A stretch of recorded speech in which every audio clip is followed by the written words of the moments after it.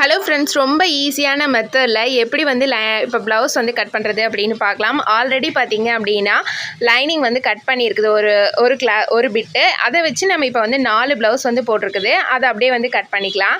இந்த இவர் தான் வந்து கட் பண்ணுறாரு. ஹாய், நான் புதுசாக கட் பண்ணுறேன். வெல்கம்.